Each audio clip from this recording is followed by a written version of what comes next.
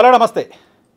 IndiGo వివాదం చూస్తున్నాం. అసలేంటి ఇండిగో వివాదం? ఇండిగో వివాదం కారణంగా గడిచిన 2-3 రోజుల్లోనే లక్షలాది మంది ప్రయాణికులు ఇబ్బందులు పడుతున్నారు. అనేక మంది తమ షెడ్యూల్స్ని పోస్ట్పోన్ చేసుకోవాల్సిన పరిస్థితి, తమ కార్యక్రమాలని రద్దు చేసుకోవాల్సిన పరిస్థితి చూస్తున్నాం. ప్రపంచవ్యాప్తంగా భారతదేశ పరువు తీసిన ఘటన ఇది. స్వాతంత్రం వచ్చిన తర్వాత భారత ఏవియేషన్ రంగంలో ఈ స్థాయిలో అప్రతిష్ట, ఈ స్థాయిలో అవమానం భారతదేశానికి ఎప్పుడూ జరగలేదు. మోదీ సర్కారు నేతృత్వంలో భారతదేశం పరువు అంతర్జాతీయంగా పూర్తిగా పోయింది. ఈ మొత్తం పోయిన పరువుకి కారణం ఇండిగో అనే సంస్థ పేరుతో ఇండిగో పైన నెపం వేసే ప్రయత్నం కేంద్ర ప్రభుత్వం చేస్తోంది. కేంద్ర మంత్రికి మాత్రమే బాధ్యత ఉంది అంటూ కేంద్ర మంత్రిగా ఉన్న రామ్మోహన్ నాయుడు పైన మాత్రమే బాధ్యత వేసి తప్పుకునే ప్రయత్నం చేస్తోంది. అసలు ఏంటి వివాదం? ఏం జరిగింది? కేంద్ర ప్రభుత్వం పాత్ర ఎందుకు లేదు? కొంతమందికి సంబంధించిన కొంతమంది ప్రైవేట్ వ్యక్తులకు సంబంధించిన మోనోపోలీ ఏ రకంగా ఈ వివాదానికి కారణమైంది? ఈ ఏడాది జనవరిలో కేంద్ర ప్రభుత్వం పౌర విమానయాన శాఖ కొన్ని నిబంధనలు తీసుకొచ్చింది. ఫ్లైట్ డ్యూటీలకు సంబంధించి ఫ్లైట్ డ్యూటీ టైం లిమిటేషన్ పేరుతో కొన్ని నిబంధనలు తీసుకొచ్చింది. సో ఒక పైలట్ ఎన్ని గంటల పాటు ఫ్లైట్ డ్రైవ్ చేయాలనే దానికి సంబంధించిన నిబంధనలు ఇవి. ఈ నిబంధనల్ని ఏడాది జనవరిలో తీసుకొచ్చి నవంబర్ 1 నుంచి అమలులోకి తీసుకొస్తామంటూ కేంద్ర ప్రభుత్వం చెప్పింది.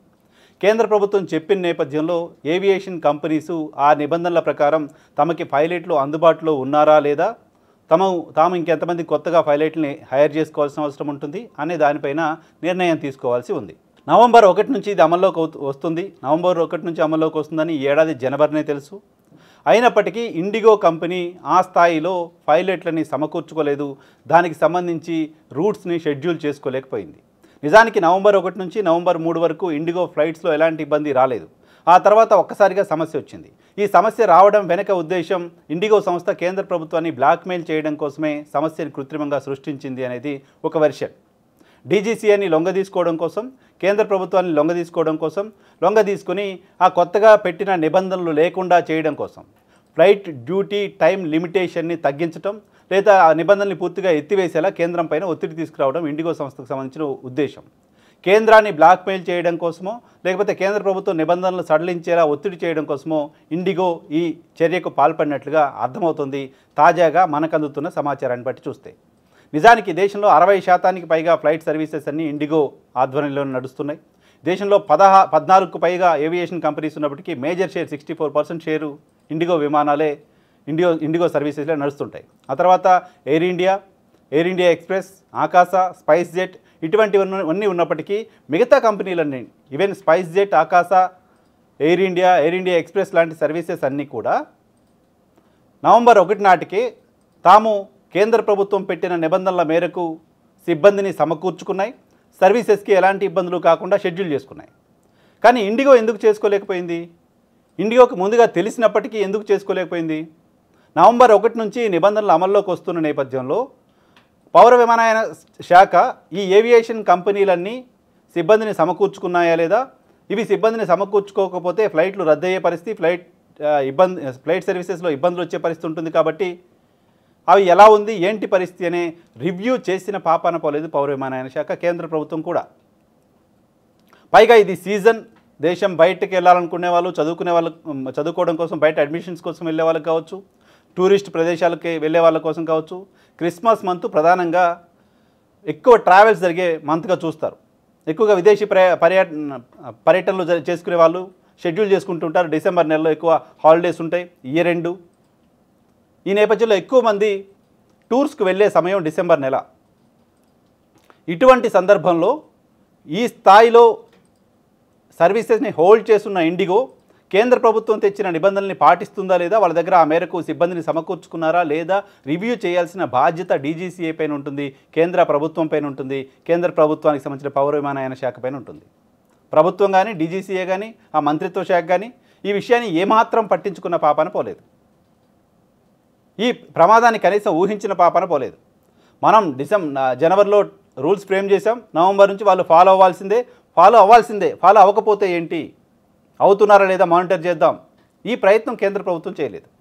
ఇది చెప్పులు వేసుకునే వాళ్ళు, స్లిప్పర్లతో తిరిగే వాళ్ళు కూడా విమానాలు ఎక్కేలా చేస్తాం, ఆ స్థాయిలో మేము విమానాలని అందుబాటులోకి తీసుకొస్తాం దేశ పౌరులకి అని చెప్పారు. ఓ కాంగ్రెస్ అధికార ప్రతినిధి చేసిన ట్వీట్ ప్రకారం స్లిప్పర్లు వేసుకునే వాళ్ళు విమానాలు ఎక్కుతున్నారో లేదో కానీ విమానాశ్రయంలో చెప్పులతో కొట్టుకునే పరిస్థితి వచ్చింది. ఇండిగో సిబ్బందిపైకి చెప్పులు విసురుకొని, ఇండిగో సిబ్బంది ప్రయాణికులపైకి చెప్పులు విసురుకొని భారత ఎయిర్పోర్ట్లో చెప్పులతో యుద్ధాలు చేసుకునే పరిస్థితి వచ్చింది. భారతదేశానికి అవమానం ఇది, భారతదేశానికి అప్రతిష్ట ఇది. ఇది కేవలం దేశంలోనో ఒక ఎయిర్పోర్ట్లోనో ఒక ఫ్లైట్ సర్వీసెస్ దగ్గర జరిగిన వ్యవహారం కాదు. గడిచిన 4 రోజులుగా దేశవ్యాప్తంగా భారతదేశం పరువు తీస్తున్నారు. అనేక మంది ఇంటర్నేషనల్ ట్రావెల్ చేస్తున్న వాళ్ళను, రకరకాల దేశాలకు సంబంధించిన వాళ్ళు, ఇండిగో ఫ్లైట్స్లో ట్రావెల్ చేయాల్సిన వాళ్ళు ఆ ఫ్లైట్స్ రద్దు అవ్వడం మూలన, ఆ ఫ్లైట్స్ క్యాన్సిల్ అవ్వడం మూలన, ఆ ఫ్లైట్స్ ఎప్పుడు వస్తాయో తెలియక గంటల తరబడి ఎయిర్పోర్ట్లో పరిగాపులు పడుతూ ఇబ్బందులు పడుతూ ఉన్నారు. దీనికి సంబంధించి బాధ్యత తీసుకోవాల్సింది ఖచ్చితంగా కేంద్ర ప్రభుత్వం మాత్రమే. క్రెడిట్కి మాత్రమే మేము బాధ్యత తీసుకుంటాం, ఏమైనా నష్టం జరిగితే మా బాధ్యత లేదు అని మోదీ సర్కారు అనుకుంటే లాభం లేదు. ప్రజల ముందు మోదీ సర్కారు పరువు పోయింది, ప్రపంచం ముందు భారతదేశం పరువు పోయింది. వీటన్నిటికీ కారణం ముందు చూపు లేకపోవడం, జాగ్రత్త లేకపోవడం, పరిపాలన మీద కంటే మిగతా విషయాలపై దృష్టి పెట్టడం. 6 లక్షల మందికి పైగా ప్రయాణికులు 2 రోజుల్లో ఇబ్బందులు పడుతున్నారంటే ఈ క్షణానికి కూడా ఈ సమస్యని పరిష్కారం చేసేసాం, మళ్ళీ సమస్య రాదు అనే ఒక మాట కేంద్ర ప్రభుత్వం చెప్పలేకపోతోంది. ప్రయాణికులకు ఇబ్బందులే ఉండవు అనే ఒక మాట ఇండిగో చెప్పలేకపోతోంది. ఆల్టర్నేటివ్స్ ఏంటో ఇప్పటివరకు ఆలోచించిన పరిస్థితి లేదు. ఈ నిబంధనలు ఫిబ్రవరి నుంచి అమలు చేస్తాం, ప్రస్తుతానికి మీకు రిలాక్సేషన్ ఇస్తున్నామంటే కేంద్ర ప్రభుత్వం చెప్పింది.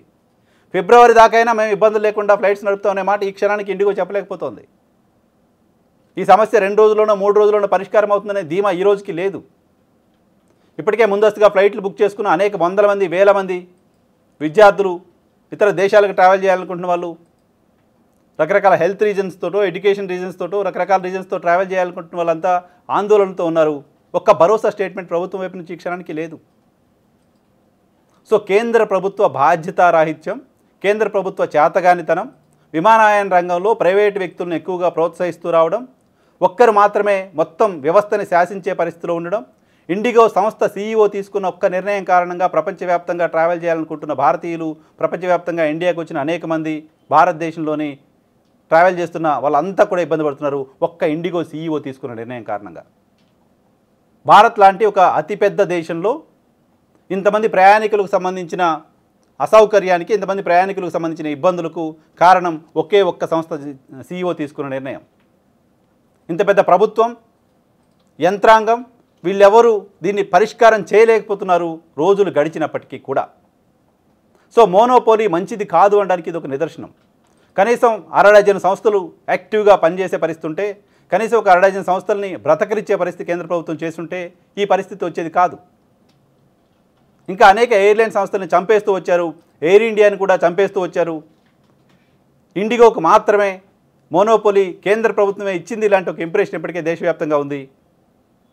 ఇది దేశ ప్రజలకు మంచిది కాదు. నాట్ ఓన్లీ ఏవియేషన్ రంగం, ఎక్కడైనా మోనోపోలీ మంచిది కాదు. ప్రైవేట్ వ్యక్తుల చేతుల్లో మొత్తం వ్యవస్థలను పెట్టడం వల్ల దేశ ప్రజలకు ఎదురయ్యే ఇబ్బందులు ఏంటో ఇండిగో విషయంలో చూసాం. కాబట్టి ప్రభుత్వం చేసిన తప్పు తెలుసుకొని క్షమాపణలు చెప్పి చెంపలేసుకొని ఈ సమస్యకు తక్షణం పరిష్కారం వెతికే పనిలో ఉండటం అవసరం.